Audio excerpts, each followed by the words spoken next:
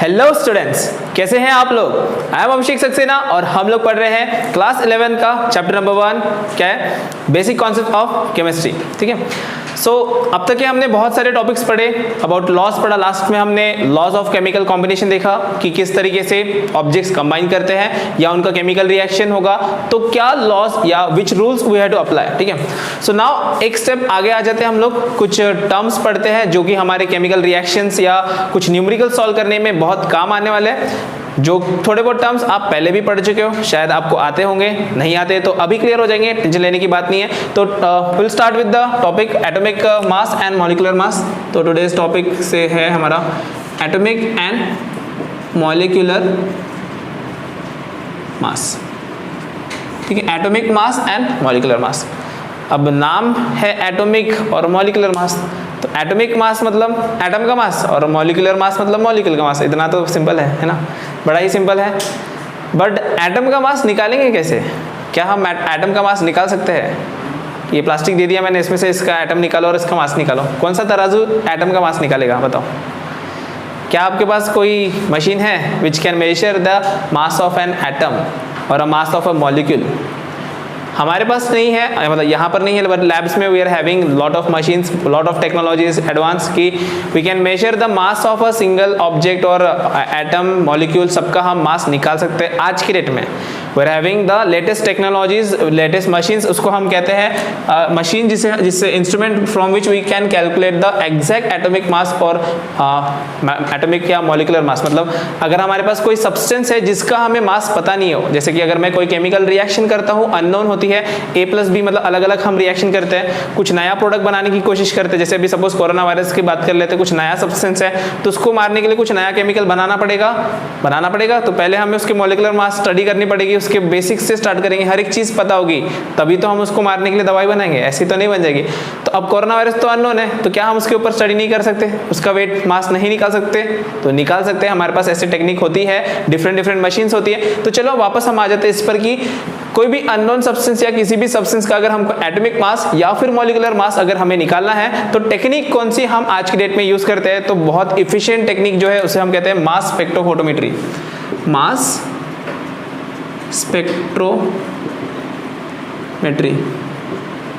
मास spectrometry या mass spectrophotometry, ऐसा भी हम इसे कहते हैं, MS बोलते हैं, GCMS बोलते हैं, बहुत सारे, मतलब अभी मैंने सिर्फ मास स्पेक्ट्रोमेट्री बोला है, इसके अंदर डिटेल में जाएंगे तो फिर बहुत सारे और भी इक्विपमेंट आते हैं डिटेल्स में, मतलब मैंने यूज केस लिए पता है, बहुत सारे और भी अलग अलग इंस्ट्रूमेंट्स आते हैं उसमें, GCMS होता है, GC होता है, मतलब बहुत सारे अलग अलग इक्विपमेंट होते हैं जिसमें हमें सिर्फ क्या करना होता है, थोड़ा सा सैंपल माइक्रोग्राम्स में हम सैंपल उसमें इंजेक्ट करते हैं और हमें एग्जैक्ट डिटेल मिलता है कि उसमें कितने ग्राम्स है, कितना उसका मास, मतलब मास में हमें वैल्यू पता चलती है। लेकिन अब ये जो हम बात कर रहे हैं एटॉमिक मास और मॉलिक्यूलर मास, आज की डेट बात करें कि मास स्पेक्ट्रोमीटर है जिसमें हम कैलकुलेट कर सकते हैं, लेकिन आज से 100 साल पहले, 100 ईयर्स पहले था, 100 से भी पहले अगर हम 200 ईयर्स पहले की बात करते हैं, तब ये मास स्पेक्ट्रोमीटर जैसा कुछ नहीं था।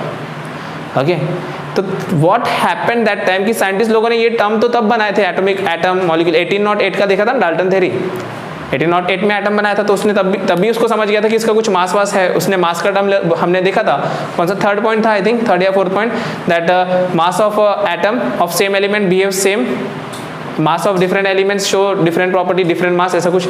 तो मास की उसने बात की, मतलब कौन सा सेकंड था, तो मास की बात की, मतलब उसको मास पता होगा ना, तभी तो वो मास की बात कर रहा था, उसको मास पता कैसे चला? How they were imagining about mass. ये मास स्पेक्ट्रोमीटर नहीं था, कुछ इक्विपमेंट नहीं थे, तो वो कैसे मास के बारे में बात करते थे? तो अब देखो इसमें सिंपल लॉजिक, मतलब मैंने आप शायद हमने मास का जो एनालिटिकल वगैरह हम कुछ बड़े सिग्निफिकेंट फिगर्स की बात कर रहे थे, तब मैंने एक एग्जाम्पल बताया था शायद, या नहीं बताया पता नहीं, मुझे याद नहीं आ रहा, कि अगर आपको घर में कुछ मेजर करना हो, हाँ बताया था, वाटर बॉटल का मैंने बताया था कि अगर हमें मेजर करना है कुछ चीज़, जैसे पेट्रोल का मैंने एग्जांपल लिया था कि मुझे 1 लीटर 2 लीटर पेट्रोल मेजर करना है, तो हम फिर क्या करते हैं, जुगाड़ लगाते हैं, हम बिस्लरी की बोतल होती है तो 1 लीटर की बोतल हम यूज़ करते हैं एंड फिर उससे मेजर करते हैं, है ना। तो उस टाइम भी उन साइंटिस्ट लोगों ने जुगाड़ लगाया था, अब साइंटिस्ट है तो साइंटिफिक जुगाड़ लगाया होगा उन लोगों ने। क्या साइंटिफिक जुगाड़ लगाया देखो, तो at the starting of this atom molecule, पहले ऐसे फिजिक्स और केमिस्ट्री अलग अलग नहीं था, फिजिक्स केमिस्ट्री साथ में ही थे वो लोग, पहले साथ में वो लोग काम करते, फिजिक्स केमिस्ट्री मैथ्स, क्योंकि आप बहुत सारे साइंटिस्ट ऐसे देखोगे कि वो मैथमेटिशियन था, उसने कुछ फिजिक्स की डिस्कवरी की है, उसने कुछ बायो की डिस्कवरी की है। आज हम बोलते हैं कि मैथ्स वाला बायो में नहीं जाता, बायो वाला मैथ्स में नहीं जाता, लेकिन उस टाइम पर तो फिजिक्स केमिस्ट्री बायो मैथ्स ऐसा कुछ अलग अलग नहीं था। कोई भी पर्सन किसी भी फील्ड को चूज करके स्टडी करता था और उस पर रिसर्च करता था, तो दैट इज डिफरेंट पार्ट। लेकिन यहाँ पर भी वैसा था कि फिजिक्स केमिस्ट्री के लोग साथ में आकर इसके बारे में बात करते थे। तो सबसे पहले क्या हुआ इन स्टार्टिंग, मतलब फर्स्ट की बात करते हैं, तो इन लोगों ने क्या किया कि they had taken N standard. जैसे मैंने अभी बोला था कि अगर हमें पेट्रोल मेजर करना है या कुछ मेजर करना है तो हम बिस्लरी की 1 लीटर की बॉटल होती है उसको एक स्टैंडर्ड मान लेते हैं और वो 1 लीटर हम कंसिडर करते हैं, है ना? करते कि नहीं करते? सभी के घर में किया होगा मोस्टली, तो मतलब पता नहीं, मैं तो करता हूँ कि अगर मुझे कुछ मेजर करना है 1 लीटर, आपको एक्जैक्टली मेजर करना है कि 1 लीटर, एक्जैक्टली नहीं, अप्रॉक्स भी अगर मेजर करना है तो बिस्लरी की बॉटल या कोई भी बॉटल, बिस्लरी या ब्रांड, मेरे को पैसे नहीं मिले ब्रांड से, पर ठीक है, कोई भी अगर वाटर बॉटल से आपको कोई भी स्टैंडर्ड आप बॉटल ले लो, पैक्ड वाटर बॉटल, उसको यूज़ करके हम 1 लीटर काउंट कर सकते हैं। तो इन लोगों ने क्या किया, स्टैंडर्ड बनाया किसी चीज़ को, तो अब इनको मिला कौन, सबसे छोटा, जो सबसे छोटा होता है उसको हम पकड़ते ना, कुछ हमको दुश्मनी निकालनी हो या कुछ निकालते, छोटे को पकड़ लेते हैं, उसको सूद देते हैं ना, होता है कि नहीं होता है? तो यहाँ पर इन्होंने किसको स्टैंडर्ड पकड़ लिया, इन्होंने हाइड्रोजन को पकड़ लिया। किसको पकड़ लिया? Hydrogen. It is the smallest, sorry not very lightest, not smallest, it is the lightest, याद रखना, स्मॉलेस्ट नहीं, lightest substance in the universe. कि हाइड्रोजन जो सबसे हल्का सब्सटेंस है दुनिया में, सबसे हल्का क्या है? हाइड्रोजन से हल्का कुछ नहीं। इसका हम 1 लेते हैं मास, हम लोग जब सॉल्व करते हैं हाइड्रोजन को तो हम इसका मास कितना लेते हैं? 1 लेते हैं ना, लेते कि नहीं लेते? किया ना सॉल्व, तो इसको 1 लेते हैं हम लोग, 1 मास लेते हैं। तो ये 1 था तो 1 रहेगा, तो 1 के साथ 1 को तराजू में रख देंगे। जैसे मैं एक साइड रख दूंगा कार्बन का सामान, तो यहाँ पे मैंने हाइड्रोजन रख दिया, तो एक कार्बन को कितने हाइड्रोजन लग रहे हैं? 10 लग रहे हैं, मतलब कार्बन कितना हो गया? 10 हो गया। अब समझ में आ रहा है? तो ऐसे उन्होंने बैलेंसिंग किया कि एक हाइड्रोजन लिया, इधर ऑक्सीजन रख रहा हूँ, ऑक्सीजन रख दिया, तो इधर मुझे 16 हाइड्रोजन रख रहे हैं, तो ऑक्सीजन का मास कितना? 16 हो गया। कंपेरिजन समझ में आ रहा है? जैसे अगर मुझे पेन का मास लेना है, तो सपोज मुझे, मेरे पास कुछ छोटे की चीज़ पता है जो 10 ग्राम की है, या चलो इससे नहीं समझेगा, चलो इससे ही समझो कि हाइड्रोजन है, हाइड्रोजन का मास 1 है, और यहाँ पर मैं चाहता हूँ मास निकालना कार्बन का। इस साइड मैंने बैलेंस में कार्बन रख दिया, इधर हाइड्रोजन है, तो हाइड्रोजन मुझे कितने लगेंगे? 12 हाइड्रोजन लग रहे हैं, तो कितना मास हो गया कार्बन का? 12 हो गया। अगर यहाँ पर ऑक्सीजन होता, डिफरेंट में डिफरेंट आएगा। अब मैं एग्जाम्पल के लिए बता रहा था, मतलब हाइड्रोजन को स्टैंडर्ड बना दिया और हाइड्रोजन से क्या किया उन्होंने? बाकी सबके मासेस निकालने, एटम के मास निकालने लगे। अब वो निकालते कैसे थे? जैसे ये जो हाइड्रोजन है, ये हाइड्रोजन लगभग सबके साथ रिएक्ट करता है, लगभग, ऐसा बहुत कम सब्सटेंस है जिसके साथ हाइड्रोजन रिएक्ट नहीं करता। तो देखो जैसे ऑक्सीजन का मुझे मास निकाला, तो उन्होंने क्या किया, hydrogen plus oxygen gives water, तो हाइड्रोजन का 1 है, लेकिन जब वाटर मिल रहा था तो ये 18 मिल रहा था, तो कुछ तिकड़म विकड़म लगा के उन्होंने ऑक्सीजन का भी निकाल दिया। तब उनको पता नहीं था, देखो उस टाइम पर पता नहीं था कि हाइड्रोजन H2 होता है, ऑक्सीजन O2 होता है, वाटर का मॉलिक्यूल H2O होता है, ऐसा पता नहीं था, ठीक है? तब स्टाइकोमेट्री वगैरह ऐसा कुछ पता नहीं था उनको, तो जस्ट वो they were just assuming the things कि ये हाइड्रोजन इतना होगा, तो वाटर 18 ग्राम बन रहा है, मतलब ऑक्सीजन कितना होगा? 16 ग्राम 17 ग्राम, ऐसे एज्यूम करते थे। समझ में आ रहा है क्या? बट क्या हुआ कि सब चीज़ में तो ऐसा एजम्पशन चलेगा नहीं, हर चीज़ में एजम्पशन चलेगा नहीं। After some time they failed in this assumption, कुछ चीज़ों में क्या हुआ, उनका एजम्पशन क्या हो गया? रॉन्ग हो गया, मतलब नहीं कर पाए वो। कुछ दूसरे साइंटिस्ट ने बताया कि इसका, जैसे इस में से कैसे निकलेगा, हाइड्रोजन 1 है, वाटर आ रहा है 18, तो उन्होंने क्या बोले कि ये ऑक्सीजन का 17 आना चाहिए। क्या ऑक्सीजन 17 होता है? नहीं, 16 होता। तो ऐसे उस टाइम पे assumptions थे। अब क्या assumptions थे एग्जैक्टली मुझे नहीं पता, बट ऐसा बोला जाता है कि there assumptions came to wrong, some other scientists come forward, उन्होंने बताया कि ये रॉन्ग है। इसके बाद फिर क्या हुआ कि अब बोले कि हाइड्रोजन थोड़ा बदमाश निकल रहा है, तो हाइड्रोजन के बाद ऐसा जो सब्सटेंस है जो सबके साथ रिएक्ट करता है, तो सेकेंड नंबर का जो आता है जो सबके साथ रिएक्ट करता है, सोचो अगर हम किसी चीज को जला देते हैं तो वो किसके साथ रिएक्ट करता है? Burning is a process, is a chemical process in which substance combine with the oxygen. या very good. So substance combine with the oxygen when a substance burn या फिर कंबस्ट। तो ऑक्सीजन को हमने सेकेंड टाइम बनाया, मतलब पहला राजा बना था हाइड्रोजन, सेकेंड टाइम हमने ऑक्सीजन को बना दिया किंग। ऑक्सीजन किंग या क्वीन, जो भी बोलना है आपको बोल सकते हैं। Okay, so oxygen is having again क्या है, ऑक्सीजन का एटॉमिक मास इज 16।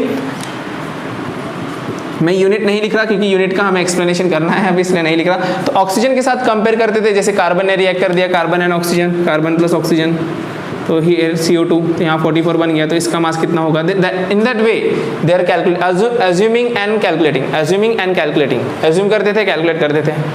लेकिन अब यहाँ क्या गड़बड़ हो गई, you had studied about isotopes in 9th class, I think isotopes के बारे में पढ़ा है।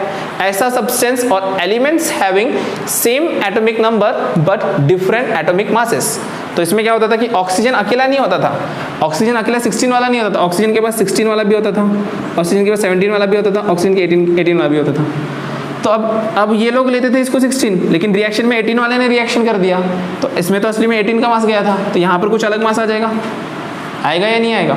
और in other word if we calculate the actual mass of oxygen, it is not 16, it is something 16.008 I think, ये कुछ आता है 16.008 something value is there, not accurate, it is not a whole number, एक whole number नहीं आता, it is a some decimal point में आएगा, it is some rational number is coming for oxygen, एक होल नंबर में नहीं आता कभी भी ऑक्सीजन का मास।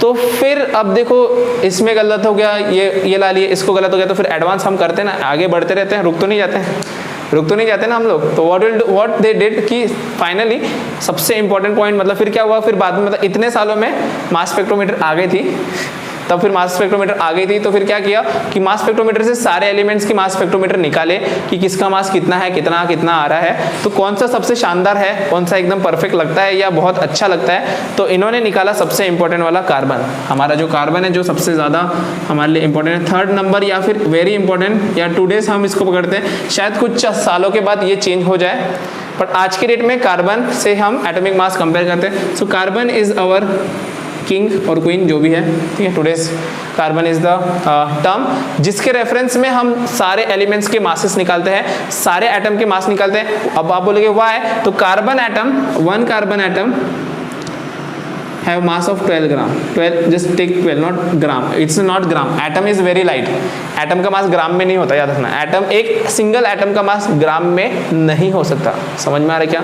तो आप कभी भी अगर एटम का मास पूछा होगा तो you never write it in grams, you write in just its unit, I will tell you it's मतलब if atomic that is in, it is measured in atomic mass unit, atomic mass unit, it is called as atomic mass unit। तो 1 carbon atom has 1 AMU, या फिर इसको ही in short it is called as AMU, and same term is called as unified mass। इसी को हम आज मतलब थोड़ा भी हम लोग थोड़े ज़्यादा स्टाइलिश हो गए ना, बड़ा टर्म हमको अच्छा नहीं लगता है, छोटा यो स्टाइल है ना, तो what we'll call as unified mass बोलते हैं इसको हम। तो इससे हम डिनोट करते हैं U से, तो that same is called as 12U, ठीक है, समझ में आ रहा है। तो एटम मतलब इससे इस पॉइंट से हमको 2 चीज समझ में आई, पहला कि कोई भी एटम का हम मास लिखेंगे तो we calculate in terms of AMU या इन टर्म्स ऑफ U।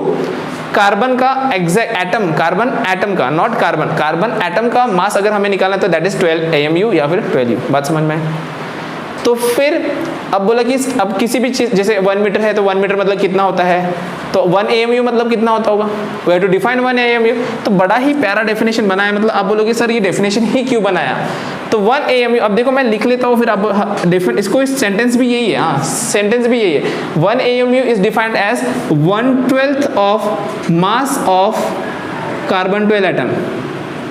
अब देखो आप सोचोगे कितना मतलब बेवकूफ़ आदमी है कि 1/12 मास ऑफ 12 तो 12 होता है। देखो अब इसको अगर मैं सॉल्व करता हूँ, तो 1/12 मास ऑफ कार्बन 12 एटम कितना होता है बच्चों, 12 होता है, तो 12 1 ही आने वाला था ना, इतना लिखने की ज़रूरत क्या थी, इतना लिखने की ज़रूरत ही नहीं थी ना, एक्चुअल में ज़रूरत नहीं थी, लेकिन कुछ डेफिनेशन होना चाहिए। अब साइंटिस्ट है तो दिमाग तो दिखाएंगे ही ना, साइंटिस्ट तो दिमाग दिखाएंगे ही ना, अब ज़रूरत है इसलिए ही लिखा गया है।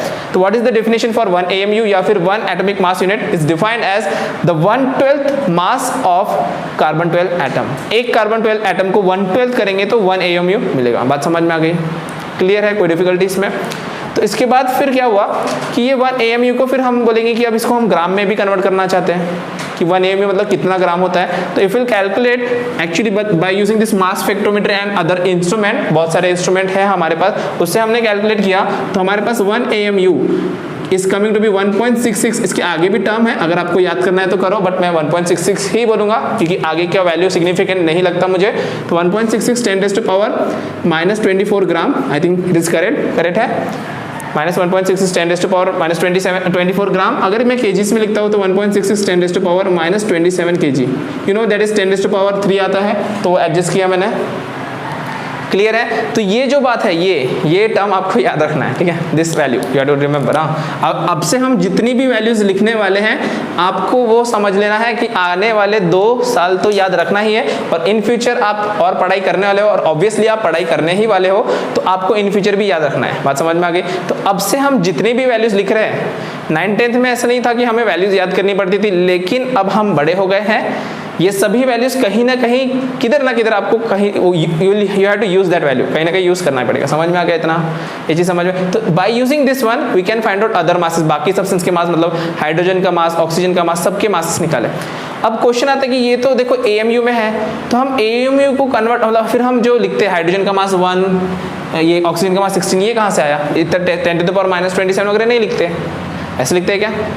तो वो टर्म आता है एक्चुअली, वो मतलब that comes into the different, ये हुआ एटम का mass, this one is atom mass, but when we talk about atomic mass, जब मैं एटॉमिक मास की बात करता हूँ या मॉलिक्यूलर मास की बात करता हूँ, तो हमें थोड़ा मतलब जिसमें हम काउंट कर सके, हम लोग जिस चीज में काउंट कर सकें उसमें हम बात करते हैं, तो वहाँ पे एक टर्म आता है 1 मोल। तो मोल के बारे में मैं बाद में बोलता हूँ, पहले इसको लिख लो, उसके बाद फिर हम आगे की मॉलिक्यूलर मास के बारे में बात करते हैं, या फिर इसी को इसके आगे अगर हम जाते हैं, तो इसके आगे सिर्फ एक टर्म आता है ग्राम एटॉमिक मास। ये हुआ एटॉमिक मास यूनिट, इसके बाद एक टर्म आता है ग्राम एटॉमिक मास, आपने ये पढ़ा हुआ है gram atomic mass. What is this gram atomic mass? इसको आपने 9th क्लास में कैसे डिफाइन किया था? When we write the atomic masses in grams, just ऐसा डिफाइन किया था, when we write atomic masses into gram, मतलब अगर मैं लिखूंगा gram atomic mass of carbon तो ये हो जाएगा 12 ग्राम, तो gram atomic mass of oxygen is 16 gram. अगर मैं इसी को यूनिफाइड मास में लिखता तो कितना आता? कार्बन का कितना रहता है? 12 U रहता है, और ऑक्सीजन का 16 U रहता है। हाइड्रोजन का लिखना है तो 1 ग्राम, इसका 1 U। सोडियम लिखना है तो 23 gram, here it is 23 U। This is AMU in atomic mass unit. समझ में आ रहा है क्या? जितना AMU है उसी को ग्राम में लिख दिया तो वो ग्राम एटॉमिक मास बन गया। बात क्लियर है? चलो ठीक है, नोट करते, फिर हम मॉलिक्यूलर मास बात करते हैं उस बारे में। Okay, so next one will talk about the average atomic मास। अब हमें एटॉमिक मास समझ गया कि एक सिंगल एटम का मास हम कितना लेते हैं, या फिर अगर वो सब्सटेंस हमारे पास है तो एटॉमिक मास यूनिट में कैसे लेते हैं, and gram atomic mass unit में कैसे लेते हैं, ग्राम मॉलिक्यूलर मास या ग्राम एटॉमिक मास। ओके, अब नेक्स्ट पॉइंट था, जैसे कि जब मैं आपको एक्सप्लेन कर रहा था अबाउट एटॉमिक मास, तो मैंने कहा था ऑक्सीजन का होता है आइसोटोप्स और उसका मास में थोड़ा गड़बड़ हो जाता है, फिक्स होल नंबर नहीं आता, डेसिमल में आ जाता है। तो वो डेसिमल आता कैसे है, उसे हम कहते हैं एवरेज एटॉमिक मास। बिकॉज अब कंडीशन देखो कि आप प्रेजेंट हो, आपका भाई भी प्रेजेंट है, छोटा भाई, और एक आपका बड़ी बहन भी प्रेजेंट है, ठीक है, आप 3 लोग हो। तो पापा ने सिर्फ छोटे भाई को चॉकलेट दी और आप दोनों को चॉकलेट नहीं मिली, बड़ों को, तो फिर नाइंसाफी हो जाएगी, होगी कि नहीं होगी? तो देखो, अगर हमारे पास नेचर में ऑक्सीजन या किसी भी सब्सटेंस के एक से ज्यादा एलिमेंट प्रेजेंट है, मतलब आइसोटोप जिसको बोलते हैं, क्या कहते हैं हम? आइसोटोप। क्या कहते हैं हम? आइसोटोप। तो आइसोटोप का मतलब क्या होता है actually? What is mean by isotope? Any element having or the substance having elements having or same elements same elements having same atomic number but different atomic masses or different atomic mass number बोलो या atomic masses बोलो। जैसे oxygen 16 बोला था मैंने, oxygen 17, oxygen 18। तो ये 3 भाई बहन है समझ लो, और ये तीनों भाई बहन में से मैंने सिर्फ इसको ही चॉकलेट दे दिया। ये दोनों क्या करेंगे फिर? ये करेंगे ना आंदोलन, क्रांतिकारी बन जाएंगे ये लोग, है कि नहीं? तो क्रांतिकारी नहीं बनने देना है इन लोगों को, इनको भी साथ में कुछ, इनको अगर इसको बड़ी चॉकलेट दे रहे तो इनको कम से कम छोटा चॉकलेट तो दे, कुछ तो दे, कुछ ना कुछ तो देना पड़ेगा, ऐसे नहीं चलेगा, ठीक है? तो लेट अस कंसीडर, तो here point come as atomic average atomic mass, कि हम इनके मासेस का एवरेज लेंगे, इनके मासेस का एवरेज तो आपको आता ही है, एवरेज तो आपने सुना ही है, बहुत आसान है एवरेज लेना।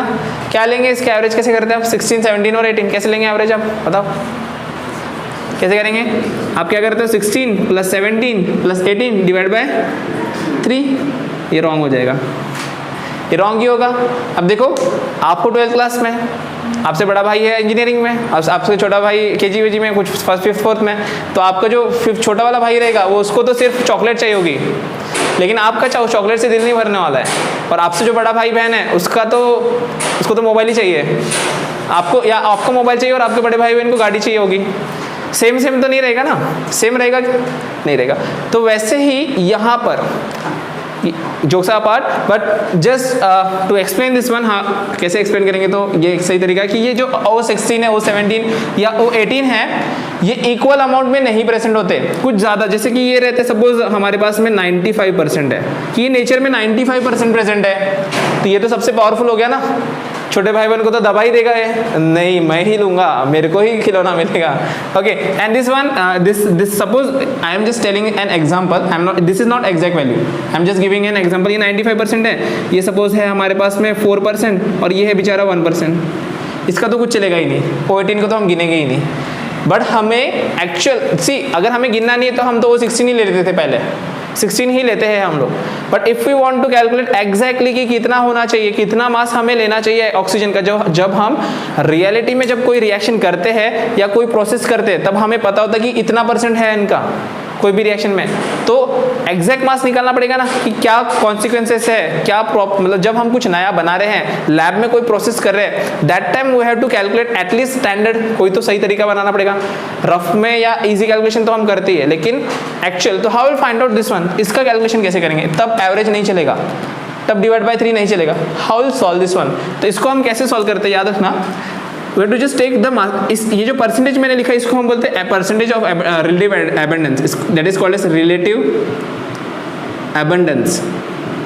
एबंडेंस का मतलब होता है कि वो नेचर में कितना प्रेजेंट है। Abundance is the availability in the percentage in the universe, हमारे नेचर में या यूनिवर्स में ये पर्टिकुलर सब्सटेंस कितना प्रेजेंट है। मतलब O16 95% है, मतलब ये पूरा इन सबको, ये सब ऑक्सीजन ही है। See here all this are oxygen, लेकिन दुनिया में जितनी भी ऑक्सीजन प्रेजेंट है उसमें से 95% O16 रहेगा, 4% O17 रहेगा और 1% O18 रहेगा। बात समझ में आ रही है? ये जो नंबर लिखे हैं वो मासेस है, क्या है वो? मासेस। समझ में आ रहा है कि नहीं आ रहा है? नहीं आ रहा? नहीं आ रहा? क्या नहीं समझ में आ रहा? Abundance, just what I am saying कि दुनिया में देखो, चलो मैं एग्जांपल लेता हूँ, पानी, वाटर है हमारे पास में, मैंने 1 ग्लास पानी लिया, तो 1 ग्लास पानी में H2O रहता है, हाइड्रोजन भी ऑक्सीजन भी, तो उसमें जो ऑक्सीजन है, उस पूरे ग्लास में जितना ऑक्सीजन है उसका 95% O16 वाला ऑक्सीजन रहेगा, उसमें से 4% O17 वाला ऑक्सीजन रहेगा और 1% O18 वाला। और मैं बोलूँगा कि इसमें जितना ऑक्सीजन है वो 16 ग्राम वाला है, ये तो इन दोनों के साथ में नाइंसाफी होगी कि नहीं होगी? तो इसलिए we have to calculate the average atomic mass. And how we calculate, so just formula बोलो या कैसे लिखते हैं, just see here average atomic mass, ऐसे कोई फॉर्मूला बुक में या कहीं नहीं मिलेगा। I just use to calculate in this way. क्या करना होता है आपको, जो मास है, एटॉमिक मास दिया होगा यहाँ पर आपको, mass multiplied by percentage abundance divide by 100 and this is in summation. You know आपने 10th में ऐसे समीशन वाले क्वेश्चन किया। समीशन मीन्स जितने भी हैं उन सबको ऐड करना है, जितने भी टर्म्स दिए उन सबको ऐड। समीशन का मतलब होता है जस्ट एडिशन और कुछ नहीं, यही करना है, बस इन तीनों को प्लस करना है। कैसे? अगर मैं लेता हूँ atomic average atomic mass of oxygen, average atomic mass of oxygen, ठीक है। Let us consider this values, let us consider this values, not this values are not real, okay, I am just taking an example. समझाने के लिए मैंने values ली है, actual values के लिए मैंने क्वेश्चन दिए हैं, तब आपको समझेगा कि इतना खतरनाक वैल्यूज होते हैं, ठीक है। So how will write this one, पहला है 16, तो मास लेना है 16, मल्टीप्लाई करेंगे 95 के साथ में, प्लस दूसरे का मास है 17, मल्टीप्लाई करेंगे 4 के साथ में, लास्ट है 18 को मल्टीप्लाई करेंगे 1 के साथ में और डिवाइड करेंगे सबको 100 के साथ में। सबको मल्टीप्लाई करो, you will get the value. बात समझ में आ रही? कोई डिफिकल्टी? तो मल्टीप्लिकेशन डिवीजन तो मैं सिखाने नहीं आया यहाँ पर, केमिस्ट्री सिखाने आया। तो multiply divide you will solve, that you will solve, that is your part. So multiply, you will multiply this one, this term will be around, मतलब 100 के टर्म में आएगा, देख लो, विल इट कम इन 100, मतलब कैसे आएगा, अराउंड 100 के टर्म में आएगा वो। 100 से डिवाइड करोगे तो डायरेक्ट 6, मतलब अराउंड 16 यू विल गेट, 16 के टर्म में वैल्यू आएगी कि नहीं आएगी, सोचो। क्या 100 के टर्म में वैल्यूज आएगी? देखो अप्रोक्सीमेटली 16 इंटू 100 1600 आएगा, यही सबसे बड़ी वैल्यू है 1600। इनका प्लस करेंगे तो समथिंग 1600 में आंसर आने वाला है, या 2000 में आएगा, जो भी है। डिवाइड बाय 100 करेंगे तो 16 पॉइंट समथिंग ही आंसर आने वाला है, 16.002 और समथिंग लाइक दैट। बात क्लियर हुई? इसमें आप क्या ध्यान में रखेंगे, कभी कभी क्या होता है, see this question is sometime comes in entrance also, this question is for NEET JW in this way, this same question, यही सेम क्वेश्चन आता है नीट जेडब्ल्यू के लिए, but in that way they make you lot of confusion, उसमें थोड़ा confusion create करते हैं। तो we are not solving such question right now. तो इसमें कुछ एक का परसेंटेज नहीं दिया रहेगा, सिर्फ 2 दिया रहेगा। आप हड़बड़ी में क्या करोगे, इसको लोगे और सॉल्व कर दोगे, बीच का 4% छूट जाएगा, मतलब आप इसको सॉल्व ही नहीं करोगे, आपका आंसर कुछ अलग आ जाएगा। बात समझ में आ रही है? तो 4% कभी भी परसेंटेज क्या होता है, टोटल 100 आना चाहिए। आप व्हाट विल चेक कि 95 + 4 + 1 100 हो रहा है या नहीं हो रहा है। 100 हो रहा है मीन्स क्वेश्चन बराबर है, otherwise they had done something confusion, some they twisted the question, कुछ ट्विस्ट किया है उस क्वेश्चन में। बात समझ में आ रही है? नहीं समझ में आ रहा? ओके चलो, तो you understood average atomic mass हम कैसे सॉल्व करने वाले हैं, means how we calculate. Just I made a formula मेरे सिंपलिसिटी के लिए, तो आपके भी काम आ जाएगा कि मास लेता है जो भी सब्सटेंस होगा उसका ही मास, दूसरे का नहीं। जैसे ऑक्सीजन का यहाँ पे 16 था, 16 मास लिया, मल्टीप्लाइड बाय परसेंटेज एविडेंस कितना है 95, मल्टीप्लाइड बाय 95 डिवाइड बाय 100, सभी का। तो एक का नहीं करना है, जितने रहेंगे उतना। अगर मैं इधर लिखता हूँ for carbon, this is for carbon, this is in your text book, it is given, ये कार्बन के लिए है, टेक्स्ट बुक में दिया है। सी इतने ऐसे नंबर्स आपके कॉम्पिटिटिव में नहीं आते सॉल्व करने के लिए, मतलब इतने कॉम्प्लिकेटेड नंबर्स नहीं आएंगे बोर्ड में, लेकिन ऐसा क्वेश्चन आ सकता है बोर्ड में और स्कूल के एग्जाम में, आपको ये क्वेश्चन आ सकता है। ठीक है, हाउ सॉल्व, हमको यहाँ पे भी एवरेज एटॉमिक मास निकालना है। क्या करते हैं हम लोग, summation of mass into percentage abundance. See concept समझो, मास मतलब जो एलिमेंट का हम मास लेते हैं वो मास। तो अगर पहला कौन सा है, कार्बन का 12 है, तो 12 का परसेंटेज अबंडेंस देखो, see relative abundance is given. Sometimes ये क्या होता है, रेशियो में दिया होता है, या लाइक नंबर्स में दिया होता है कि दिस इज 20 25, तो उसको परसेंटेज में कन्वर्ट करना पड़ेगा डिपेंडिंग ऑन कंडीशन। अब देखो ये परसेंटेज में दिया था, इसलिए मैंने डिवाइड बाय 100 लिया है। अगर इसे ये दिया था 5:3:2, तो टोटल तो 10 आ रहा है, तो डिवाइड बाय 10। आप उसको आप मॉडिफाई भी कर सकते हो, मोस्टली वैसा नहीं दिया होगा, एंट्रेंस में ही देते हैं, नॉर्मल क्वेश्चन में आपको परसेंटेज ही दिया जाएगा। समझ में आया? अब देखो मैंने अब यहाँ पर 12 लिखा है, यहाँ पर 12 था इसलिए 12 इंटू 98.892, ये परसेंटेज अबंडेंस है इसका, 12 का परसेंटेज अबंडेंस समझ में आ गया। प्लस करते हैं, अब इसका मास देखो ये है, see atomic mass is given 13.00335 तो 13.00335 multiplied by 1.108 plus 14.00317 multiplied by 0. See actually some यहाँ पे था 2 10⁻⁻10, आपके बुक में 2 10⁻10 है, तो जस्ट टेक 2 10⁻10 डिवाइड बाय क्या आएगा, परसेंटेज इनका टोटल करोगे तो 100 आने वाला है approximately. See 98 + 1 point something, this is 99 point something कुछ आ रहा है, तो टोटल 100 आने वाला है वो, that is divide by 100, so you will get the answer something 12 point something you will get. क्योंकि देखो अब देखो इसमें अप्रोक्सीमेशन भी आपका काम चलता है, कैसे काम चलता है, जैसे मैंने ये एग्जाम्पल लिया था, तो ये 16 वाला 95% है, 16 वाला 95% है, तो 95% का वर्थ तो रहेगा ना, रहेगा कि नहीं रहेगा। तो ऑक्सीजन का जो मास हमारा आने वाला है वो 16 पॉइंट समथिंग में ही आने वाला है। अगर आपके 4 ऑप्शन में एक 16 पॉइंट समथिंग होता, 17 point something, 18 point something, 19 point something, तो आप ऑटोमेटिकली 16 पॉइंट समथिंग को ही टिक करते। इतना तो कॉमन सेंस आपको आता है, मतलब मेरे स्टूडेंट हो तो इतना तो समझता ही आप लोग को, जानता हूँ मैं। Okay, here also what value will come, it is around 12 point something, कुछ 12 पॉइंट समथिंग आएगा, बिकॉज 98% 12 वाले है ना, 98% 12 वाले, मतलब 12 पॉइंट समथिंग ही हमारे आंसर, क्योंकि सबसे बड़ा मल्टीप्लिकेशन यही होगा, बाकी तो ये छोटे छोटे होंगे। देखो 1 पॉइंट समथिंग मल्टीप्लाई बाय 13 कितना होने वाला है, 1.3 आएगा इसका अप्रोक्सीमेट। चलो अप्रोक्सीमेट कैलकुलेट करता है, ये तो थोड़ा ज़्यादा ही बड़ा था। यहाँ पर मैं अगर कैलकुलेट करता हूँ तो पहले वाले को मैं डायरेक्टली 1200 ले लेता हूँ, 100 ले लिया मैंने उसको, इसका अगर मैं मल्टीप्लाई करता हूँ 1.1 से, तो 13 का 1.1 से हम अगर मल्टीप्लाई करेंगे तो 1 डेसिमल लगने वाला है इसको अप्रोक्सीमेटली। ये भी 1 है, ये भी 1, ये तो 0 ही हो गया, ये वाला तो 0 ही हो गया, तो यहाँ पे क्या आएगा 13 × 1, तो यहाँ पे 13 आ रहा है डिवाइड बाय 100। इसको मैंने 0 ले लिया लास्ट वाले को, अप्रोक्सीमेटली तो 0 ले सकते हैं ना, 10 का पावर -10, ये तो कहाँ दूर दूर तक दिखेगा नहीं नंबर, है ना। तो ये क्या हो जाएगा 1213 divide by 100, that is 12.13 grams. और AMU में होगा तो here it is in AMU, तो you to write in AMU, unit का ध्यान रखेंगे आप हमेशा। If it is given in AMU, you to write it is in AMU। Atomic mass की बात करें, एटॉमिक मास की मोस्टली हम AMU मिलेंगे। तो वैसे ही this question you can solve, this is from exercise. Okay, same way can you solve that question, और एल्स आई टू एक्सप्लेन कैसे करना है, बताने की जरूरत पड़ेगी। हाँ बता दूँ। ओके क्या करना है देखो फिर से last time I am telling you, average atomic मास निकालना है हमें। लिख लेता हूं मैं एवरेज एटॉमिक मास। क्या फॉर्मूला बताया मैंने, बेसिक फॉर्मूला, फॉर्मूला किसी बुक में कहीं पर भी नहीं लिखा है मैंने, मेरे सिंपलिसिटी के लिए बना है, summation mass of atom multiplied by और एटम और एलिमेंट और परसेंटेज अबेंडेंस डिवाइड बाय जो भी नंबर 100। तो यहाँ पर कैसे आएगा, इसका निकालना है 2 है 35 एंड 37, तो मास 34 है 34.1 एंड परसेंटेज अबेंडेंस बीच में लिखा है। इतना समझ जाए, डेसिमल ऐसे पॉइंट में लिखा है, ये मास है और ये परसेंटेज अबेंडेंस है, तो इसको लिखा मैंने मास 34.9689 multiplied by percentage abundance 75.77 plus second का मास है 36.9659 मल्टीप्लाइड बाय 24.23, इसको डिवाइड करेंगे टोटल 100 से। समझ में, इसका आंसर अप्रोक्सीमेटली 35.5 समथिंग कुछ आएगा, बिकॉज क्लोरीन का मुझे पता है कि मास 35.5 है, इसलिए मैंने 35.5 लिख दिया EMU। But you can solve this one if you know the log table. Log table हम देखेंगे after some times, will log table का एक अलग सेशन रखेंगे, देखते हैं लॉग टेबल का कुछ अलग बना लेते हैं। लॉग टेबल में आप फिर लॉग टेबल यूज़ करके इसको सॉल्व कर सकते हैं, ठीक है। तो चलते हैं, लिख लो इसको। ओके, सो एवरेज एटॉमिक मास समझ में आ गया होगा आप लोगों को। अब हम चलते हैं नेक्स्ट पॉइंट पर, मॉलिक्यूलर मास। अब एटॉमिक मास तो हमको समझ में आ गया कि एक एटम का मास हम कैसे निकालते हैं, कार्बन के साथ कंपेयर करके निकालते हैं, या फिर 1 AMU is equals to 1.66 10⁻⁻24 gram या -27 ग्राम, है ना, kg, सॉरी, या। सो नेक्स्ट वन, मॉलिक्यूलर मास।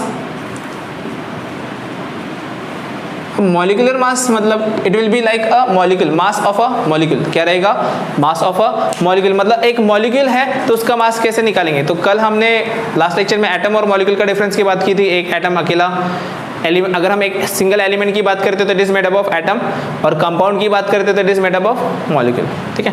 तो यहाँ पर क्या आएगा, वाटर, मिकी माउस, है ना, तो वाटर, इसका अगर मुझे मास निकालना है तो water is made up of water molecules, या कोई भी कंपाउंड किसी भी मॉलिक्यूल से बना होता है, जैसे कि कार्बन डाइऑक्साइड है, या फिर मीथेन है, CH4 है, NH3 है। बस क्या पता होना चाहिए, अब हमें इनके मॉलिक्यूल का मास निकालना है। इनका जो मॉलिक्यूल बनेगा, तो अब देखो इनका जो मॉलिक्यूल बनेगा वो भी छोटा सा बनेगा, एटम छोटे होते हैं, छोटे छोटे एटम जुड़ेंगे, छोटा सा मॉलिक्यूल बनेगा, तो इनके मास भी फिर AMU में आएंगे, ठीक है, इनके भी मास AMU में आएंगे, लेकिन फिर उसी को फिर हम लिखते हैं ग्राम मॉलिक्यूलर मास, वो बन जाते ग्राम में, जैसे हमने एटॉमिक मास को किया था, है ना। तो अब H2 का भी मुझे मास निकालना है, तो आपको हाइड्रोजन का मास और ऑक्सीजन का मास बताना चाहिए। तो हाइड्रोजन का 1 होता है, तो कैसे लिखेंगे, 2 into hydrogen plus 1 into oxygen. Hydrogen का कितना होता है, 2 इंटू 1 प्लस 1 इंटू 16। ऑक्सीजन का कितना होता है, 16, 2 प्लस 16 दैट इज 18। तो इसका आंसर कितना आएगा, 18। बात समझ में आई, नहीं समझ में आ रहा है। अब आपको एटॉमिक मासेस याद करने पड़ेंगे। 20 तक एलिमेंट याद है आपको, 20 एलिमेंट्स, उनका atomic number, atomic mass number याद करने हैं। हो सका तो 30 तक याद करो। अगेन एक चीज़ आपको याद तो पीरियोडिक टेबल पूरा ही करना है 12th के एंड तक के। तो आज से आपका होमवर्क रहेगा कि आज का कौन सा डे है, आई थिंक वेडनेसडे। तो पकड़ लो कि इस वेडनेसडे से संडे तक के आप जो फर्स्ट 20 एलिमेंट्स आपने याद किए थे उनको ही रिवाइज कर लेना, उनके ही एटॉमिक मास, उनके ही एटॉमिक मास नंबर लिख लेना, उसका इलेक्ट्रॉनिक कन्फिगरेशन लिख लेना, ठीक है। इतना आपका होगा। 20 एलिमेंट तो पहले ही पढ़े थे, वो तो अब 3 दिन में कर लोगे। लेकिन फिर मंडे से क्या करना है, हर वीक में आप 5 एलिमेंट याद करोगे एक्स्ट्रा आगे के। जैसे 20 तक आते तो 20 से 21 टू 25 ऐसे करते करते आप याद करोगे, तो अराउंड आप कितने हैं 120 एलिमेंट्स। तो 20 तो आपको आते हैं, बचे कितने 100। तो 100 एलिमेंट्स याद करना है, उसमें से हर हफ्ते आप 5 एलिमेंट याद करते हो तो 20 वीक्स लगेंगे। कितने वीक्स लगेंगे, 20 वीक्स में आप एलिमेंट्स के नाम, एलिमेंट्स का सिंबल, एलिमेंट का atomic mass, element and atomic number. अब सीक्वेंस में याद करो तो एटॉमिक नंबर तो पता ही रहेगा, बस बाकी की चीज़ पता करनी है। बट 20 वीक्स में आपका पूरा काम हो जाएगा। और अगर आप ये याद करते हो तो आपके लिए 12th के बाद एंट्रेंस में, बोर्ड में बहुत ज़्यादा काम आएगा, ठीक है। नहीं करते हो तो भी उतना कुछ फ़र्क नहीं पड़ता एक्चुअल में, but you will not be as compatible with other person, क्योंकि आप कंपटीशन कर रहे हैं ऑल ओवर इंडिया। बच्चे तो क्या क्या याद कर रहे हैं, तो आपको भी इतनी छोटी सी चीज़ पीरियोडिक टेबल याद करने वाली है, छोटी नहीं है, बट हर हफ्ते 5 एलिमेंट याद करना कोई बड़ी बात नहीं है। रोज का 1 एलिमेंट याद करोगे तो 5 दिन में 5 एलिमेंट याद हो जाएंगे, बाकी के 2 दिन आप उनको रिवाइज कर लेना। बात समझ में, बट रोज का एक दिन गैप मत करना, एक भी वीक गैप मत करना, 20 वीक्स में हो जाएगा। गैप करोगे तो 20 वीक्स मतलब कितने महीने लगेंगे, हार्डली 3 या 4 मंथ्स पकड़ो, 4 मंथ्स में हो जाएगा कि 5 मंथ्स लगेंगे, कितने मंथ लगेंगे, 5 महीने। 5 महीने में ज़्यादा से ज़्यादा 5 महीने में मतलब इस साल हो जाएगा। तो अभी तो टाइम ज़्यादा है, तो ज़्यादा जल्दी आपकी इच्छा, ज़्यादा आपको करना है, ज़्यादा होते होंगे तो एक वीक में 10 भी कर सकते हो। अब मैंने एक सिंपल ट्रिक बताई सिर्फ 5 याद करने की, समझ में आ गया? ओके चलो इसको हम कंप्लीट करते हैं। क्या होगा, CO2 कार्बन का देखो, कार्बन कितना है यहाँ पर, सी मॉलिक्यूलर मास का मैंने डेफिनेशन नहीं बोला। If you want to define the molecular mass, how you will define the mass, molecular mass, the total mass of or the sum of masses of all the atoms present in the molecule, sum of masses of all the atom present in the molecule। उस molecule में जितने भी atom present है उन सभी atom का मास हम add करेंगे तो क्या मिलेगा अपने को, क्या मिलेगा, मॉलिक्यूलर मास। सभी एटम के मासेस को ऐड करना है। तो अब सभी एटम, जैसे अब मेरे को कार्बन CO2 का ऐड करना है तो मैं C1 फिर O1 फिर O1 ऐसे ऐड करने की जगह मैं कैसे करूँगा, C + 2 × O। ये थोड़ा सिंपल हो जाएगा, बड़े हो गए ना। तो ये जो कार्बन इज 12 प्लस ऑक्सीजन 2 × 16 कितना आएगा, 12 + 32 that is 44। CH4 carbon 1 + 4 × hydrogen that is 12 + 4 × 1 that is 16। nitrogen + 3 × hydrogen, nitrogen is 14 + 3 × 1 that is 17। again all these units are AMU। you remember कि हम यहाँ पर मॉलिक्यूल के मास की बात करें तो this is AMU, this is AMU, this is AMU, this is AMU।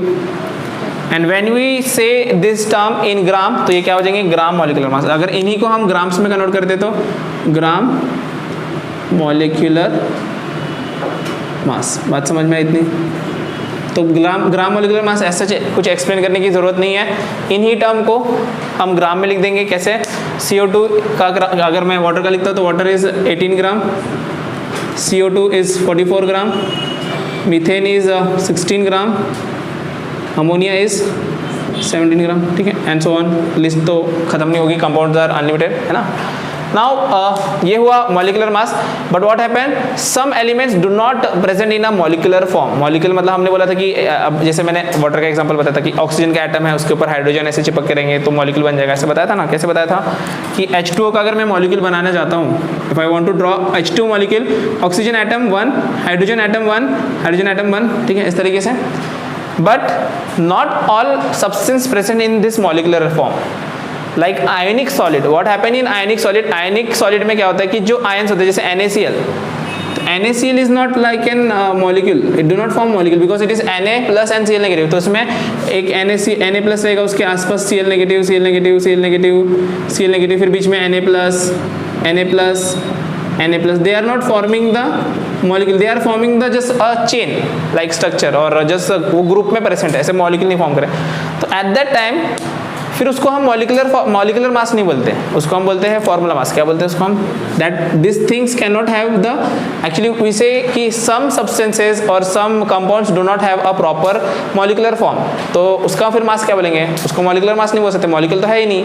फिर उसको हम बोलते हैं फॉर्मूला मास। क्या बोलते हैं, फॉर्मूला मास। एक्चुअल में डिफरेंस कुछ भी नहीं है, निकालना वैल्यू सेम निकालना है। इसमें जैसे फॉर्मूला, ये भी तो फॉर्मूला ही मास था ना, देखने के लिए तो ये भी फॉर्मूला मास था, लेकिन यहाँ पर अब बोलने के लिए हम फॉर्मूला मास बोलते हैं। जैसे NaCl का कैसे आएगा, Na is sodium, sodium is 23, chlorine is 35.5, so that is around कितना आता है 858.5, करेक्ट है। And it is again AMU में या फिर ग्राम में। AMU में रहा तो दैट इज लाइक छोटा यूनिट में है, और ग्राम में लिखा तो ग्राम में आ जाएगा। समझ में आ रहा है, बात क्लियर है, बहुत ही आसान थी। तो atomic mass and molecular mass हमने कंप्लीट किया, एवरेज एटॉमिक मास हमने कवर किया, मॉलिक्यूलर मास हमने कवर किया, फॉर्मूला मास कवर किया। इसके बाद आता है मोल कॉन्सेप्ट, जो कि बहुत ही तगड़ा और इम्पोर्टेंट और बहुत प्यारा टॉपिक है, और एंट्रेंस हो या कॉम्पिटिटिव हो या बोर्ड हो, सबके लिए बहुत इंपॉर्टेंट। बिकॉज मोल कॉन्सेप्ट समझेगा तो इसके आगे के आपको मतलब मोल कॉन्सेप्ट के ऊपर के डिपेंडेंट चैप्टर बता रहा हूँ मैं आपको। सॉल्यूशंस एंड कोलिगेटिव है, मतलब चलो तो 11th के बता देता हूँ। 11th में थर्मोडायनेमिक्स है, केमिकल इक्विलिब्रियम है, तो 2 चैप्टर समझ में आएंगे।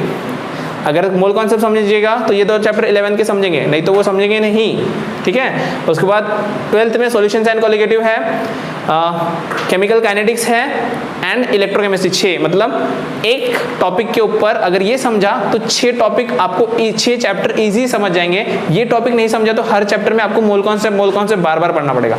तो अब यू हैव टू डिसाइड, मैं तो लेक्चर लूंगा ही फाड़ू, ठीक है। चलो तो यहाँ इस वीडियो को हम यहीं पर स्टॉप करते हैं। मोल कॉन्सेप्ट का फाड़ू लेक्चर आएगा जल्दी से, तो क्या करेंगे उस लेक्चर को देखने के लिए चैनल को सब्सक्राइब करेंगे, नोटिफिकेशन बेल आइकन पे क्लिक करेंगे एंड इस वीडियो को लाइक करेंगे और सबके साथ शेयर करेंगे, ठीक है। तो मिलते हैं नेक्स्ट वीडियो में।